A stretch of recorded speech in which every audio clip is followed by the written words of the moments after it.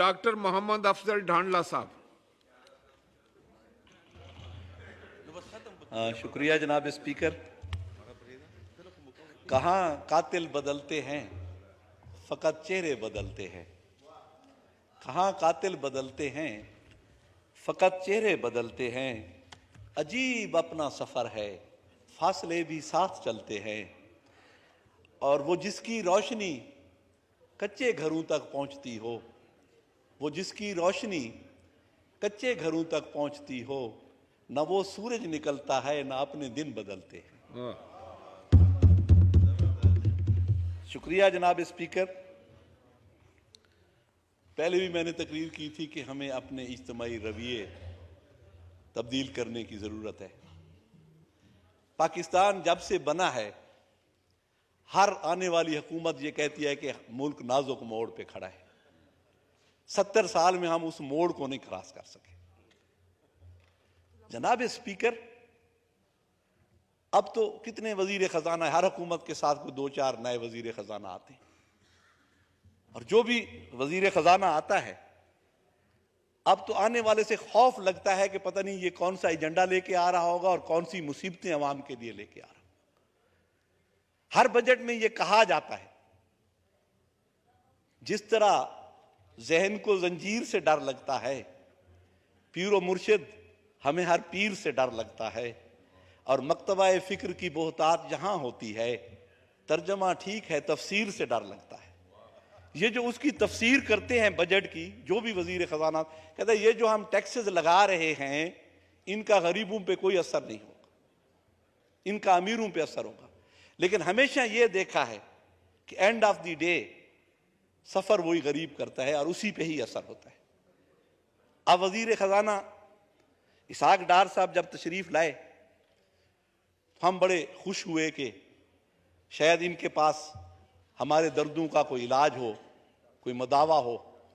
लेकिन वो है बज़्म में इतना तो सब ने देखा मीर, फिर इसके बाद चिरागों में रोशनी ना रही, ना गैस रही है ना बिजली रही है। और वो इतनी महंगी कर दिया कि गरीब का घर तो अब वो बल्ब नहीं जला सकता, क्योंकि उस एक बल्ब के जलाने का जो बिल है उसका 2000 से कम नहीं आता। तो वो मेरे ख्याल में अंधेरे में ही बैठेगा। और जनाब स्पीकर, हमारी बदकिस्मती ये है कि यहां ज़राअत की पॉलिसी बिजनेसमैन बनाता है या इंडस्ट्रियलिस्ट बनाता है, और गरीब की पॉलिसी हम अमीर लोग बनाते हैं। ना जिसने कभी गुर्बत देखी है वो गरीब की पॉलिसी क्या बनाएगा। और जिसने ज़राअत में, मैं अपने किसी भी वजीर खजाना से पूछता हूं कि वो कभी नंगे पांव खेत में चले हैं, किसी खेत में गए हैं जिंदगी में कभी, तो वो क्या पॉलिसी बनाएंगे। अभी कल वजीर खजाना साहब ने फरमाया कि हमने अरबों का पैकेज दे दिया एग्रीकल्चर को। मैं यहां थल के काश्तकार की तर्जमानी पता नहीं कितने सालों से कर रहा हूं कि उनका कर्जा माफ करें। ये मेरे पास 2 नोटिस हैं जो मैं लेके आया हूं। एक का कर्जा है 3,20,000 और एक का कर्जा है 3 लाख। और बैंक ने उसे नोटिस दिया है कि आप इतने सालों से ये कर्जा नहीं दे रहे, तो आपकी जमीन नीलाम करने जा रहे हैं। अब ये बैंक की जो डॉक्यूमेंट्स हैं उनमें डिफॉल्टर डिक्लेयर हो गए। आपकी किसी पॉलिसी में से ये हिस्सा नहीं ले सकते जिसकी जमीन बिक रही है। ऑन द ग्राउंड आपको पॉलिसीज का पता ही नहीं है, तो आप उस गरीब का जो भी अरबों रुपए के पैकेज आते हैं वो फिर आके फिर सरमायादार तक पहुंचते हैं, गरीब तक नहीं पहुंचते। इन गरीबों का क्या इलाज है। PLR होती है इनकी लिस्ट, ये उसमें है। जो बंदा 3 लाख कर्जा नहीं दे सकता, ये 50,000 लिया होगा इसने, सूद दर सूद जो 3 लाख हो गया, वो अब इसके लिए वकील कहां से करेगा। आप इंसाफ की बात करते हैं जनाब स्पीकर, यहां तो इंसाफ खरीदना पड़ता है गरीब को। इनके पास वकील की फीस के पैसे नहीं है। अगर 3 लाख होता तो ये अपना कर्जा उतारता, वकील की फीस ये कहां से लेगा। तो किसी मेरे चीफ जस्टिस ने, किसी आने वाले जज ने कभी इस पे सुओ मोटो नोटिस लिया है कि गरीब को यहां इंसाफ खरीदना पड़ता है। करोड़ों रुपए वकीलों की फीसें हैं, इसमें कभी सुओ मोटो नोटिस लिया गया? नहीं लिया गया। इसलिए जनाब स्पीकर, सरायकी में आदिन भाई मंजी या भीड़ी हो क्योंकि हम एक दूसरे के साथ सिम्बियोसिस है, मफाद परस्त तबके एक दूसरे के साथ मिले हुए हैं, वकील और जज एक दूसरे का हिस्सा हैं। इस गरीब को कौन इंसाफ देगा? लिख पढ़ टिकटां ते कागजां दे बहाने लगसन, ये कचारी ये इथा आने लुआने लगसन, और छड़ा मकतूल दा चोला ना दिखा मुनसिफ को, छड़ा मकतूल दा चोला ना दिखा मुनसिफ को, इसके इंसाफ जो चाहने तो खजाने लगसन। खजाने तो गरीब के पास नहीं। तो इन अदालतों का, इस इंसाफ का क्या फायदा जो गरीब को इंसाफ ना दे सकता हो? जनाब स्पीकर, हम पता नहीं कहां से चले हैं और कहां जा रहे हैं। मैंने पहले भी कहा था, इस वक्त अगर आपको इस मुल्क को बहरान से निकालना है तो खुदारा एग्रीकल्चर को फोकस कर लें। एग्रीकल्चर के अलावा कोई रास्ता नहीं है हमारा इस बहरान से निकलने का। और अगर आप एग्रीकल्चर को फोकस कर लेंगे तो आपको किसी IMF की जरूरत नहीं पड़ेगी। लेकिन हम हमेशा कहते हैं कि एग्रीकल्चर हमारी रीढ़ की हड्डी है, और उसी रीढ़ की हड्डी में हम सुराख किए जा रहे हैं, उसको कमजोर किए जा रहे हैं। सर, इंडस्ट्रीज में हम हजारों साल पीछे हैं तरक्की याफ्ता दुनिया से। अब मैं जो मेरे पास 1 करोड़ रुपया आता है अगर, और मैं एक जापान की बनी हुई कार ले लेता हूं, तो पैसा तो वापस चला गया करोड़ रुपया। मेरे मुल्क में तो वहां सिर्फ मजदूर ने तनख्वाह ली होगी, और तो कुछ नहीं है मेरे मुल्क का उसमें। तो फिर आके क्यों हम लग्जरी गाड़ियों की इंपोर्ट पे पाबंदी नहीं लगा सकते? बंद करें गाड़ियां इंपोर्ट करनी, ट्रांसपोर्ट लाएं, आप पब्लिक ट्रांसपोर्ट को स्ट्रांग करें। हम पब्लिक ट्रांसपोर्ट में सफर क्यों नहीं कर सकते? एक वजीर मुशीर, एक ब्यूरोक्रेट, एक जज के घर 10-10 गाड़ियां खड़ी हैं, उनका पेट्रोल भी गवर्नमेंट दे रही है। क्यों हम एक गाड़ी नहीं दे सकते? क्यों हमारे जो रूलिंग क्लास है, जो ब्यूरोक्रेसी है, वज़रा है, मुझे वो एक कनाल के घर में नहीं रह सकते? एक के घरों में रह रहे हैं सब लोग। 10-10, 100-100 मुलाजिम उनके घरों में खड़ा है। 100 बैग उठाने के लिए एक मुलाजिम है। मैं बाहर पढ़ता रहा हूं, मैं डर्माटोलॉजी में UK में, तो वहां प्रोफेसर का चपड़ासी नहीं था। प्रोफेसर खुद फाइल उठा के बाहर जाता था, मरीज को बुला के ले आता था और उसे चेक करता था। हमें अगर चाय देनी होती थी क्लास को तो वो खुद ट्रॉली खींच के लाता था, कहता था हेल्प योरसेल्फ। ये निज़ाम हम कब लाएंगे सर? यहां तो वही जो अंग्रेज आए थे, यहां हम उनके गुलाम थे, वही निज़ाम चल रहा है और हम गुलामी में जकड़े हुए हैं। यहां गरीब तो सर, गरीब का जीना तो बार हो गया सर। तू तो खिले खिलन जोगा, मैं रोवां तो रो ना सकदा। तू तो खिले खिलन जोगा, मैं रोवां तो रो ना सकदा। दुनिया रब दी तेरे हिस्से, मैदे हिस्से भूख दे किसे। वो तो भूख है उसके हिस्से में। तू तो मौत को खाक समझ दे, तू तो मौत को मार सटे ने।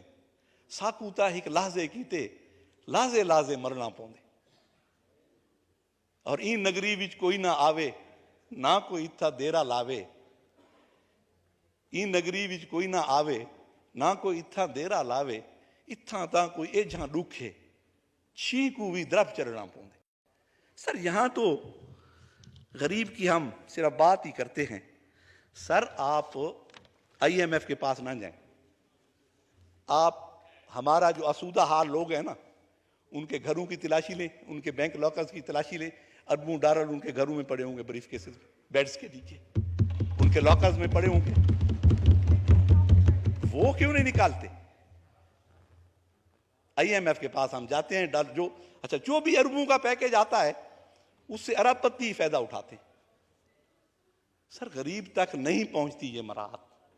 आप उस प्रोसीजर को जो गरीब की इमदाद का है इतना कॉम्प्लिकेटेड बना देते हैं, इतना पेचीदा बना देते हैं कि वो वहां तक पहुंचना ही मुश्किल है गरीब तक।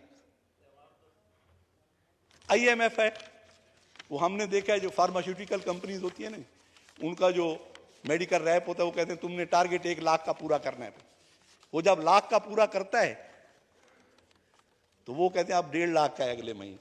तो IMF ने तो यही करना है। ये तो मकसद है कि हमें खुद सोचना है। ये शर्त उल्फत भी अजीब है मोहसिन, ये शर्त उल्फत भी अजीब है मोहसिन, मैं पूरा उतरता हूं, वो मेयार बदल देते। वो तो इस अरब से 1 अरब 1.5 अरब दे रहे हैं, ये होगा तो अगले दफा कहेंगे अब और टैक्सेस लगाए अगले अरब के लिए। ये तो मेयार बदलते रहेंगे जनाब। सर इसका एक हल है, एक तो ये है कि ना हमारा जो सालाना बजट था उसमें, ना इस बजट में जो 2 हमारे बहुत अहम इशू हैं इस मुल्क के, वह एक पॉपुलेशन ग्रोथ है, दूसरा पानी की कमी है। इनके लिए कोई जिक्र ही नहीं। पॉपुलेशन ग्रोथ को आप जब काबू नहीं करेंगे तो हम तो कहां, आपके वसाइल बढ़ नहीं रहे, पॉपुलेशन इतनी तेजी से बढ़ रही है, कोई हुकूमत पूरा नहीं कर सकती उसे, कोई मंसूबा और नहीं है जब तक आप इस पे तवज्जो नहीं देंगे। जनाब स्पीकर, क्या आपसे अब कहें हम, बस ये है कि इनसे कहें खुदारा एग्रीकल्चर पे तवज्जो दें, उसको फोकस करें। उससे आपको एग्रीकल्चर 4-5 अजनास हैं, गंदम पैदा कर लें, कपास पैदा कर लें, चावल कर लें, ऑयल प्रोड्यूसिंग सीड्स जो है वो पैदा कर लें और एग्री बेस्ड इंडस्ट्री में आ जाए। ये है राह हमारी तरक्की की। तो इससे हम 70% जो आपकी आबादी है वो तो एग्रीकल्चर से मुंसलिक है।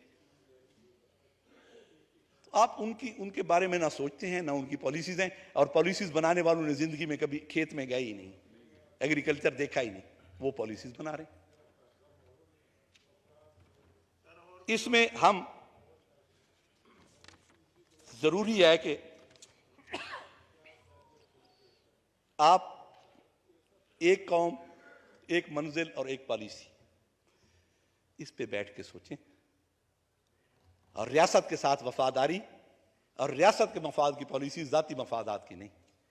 यहां तो जाती मफादात के लिए कवानीन भी बन जाते हैं, पॉलिसीज भी बन जाती हैं, लेकिन बस अल्लाह हमें किसी सीधी राह पे चला दे, ताकि अब भी हमें मैं तो कहता हूं डिफॉल्ट होने दें, इस मुल्क को डिफॉल्ट होने दें। गरीब उठ के हमारा सब कुछ छीनेंगे, हम भी गरीब बनेंगे। इस वक्त हम अल्लाहु अकबर, अल्लाहु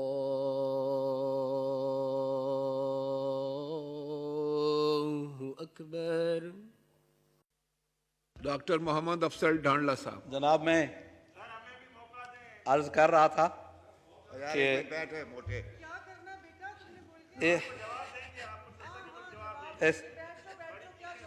इस निज़ाम ज़र नो को, क्रॉस टॉक प्लीज। जनाब स्पीकर, मेरी गुजारिश ये है कि इस निज़ाम ज़र को ज़मीन बोस होना चाहिए।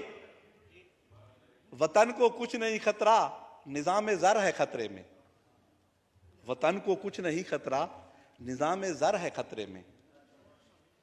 हकीकत में जो राहज़न है वही राहबर है खतरे में। और अगर तशवीश लाहक है तो सुल्तानों को लाहक है। न तेरा घर है खतरे में, न मेरा घर है खतरे में।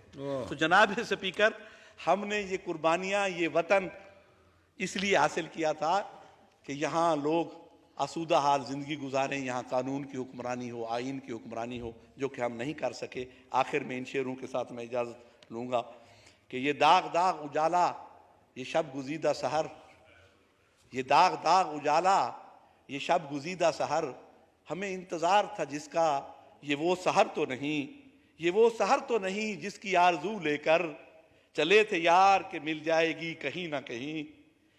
फलक के दश्त में तारों की आखिरी मंजिल, लेकिन वो मंजिल न मिली। जिगर की आग, नजर की उमंग, दिल की जलन, किसी पे चारा है हिजरां का कुछ असर ही नहीं।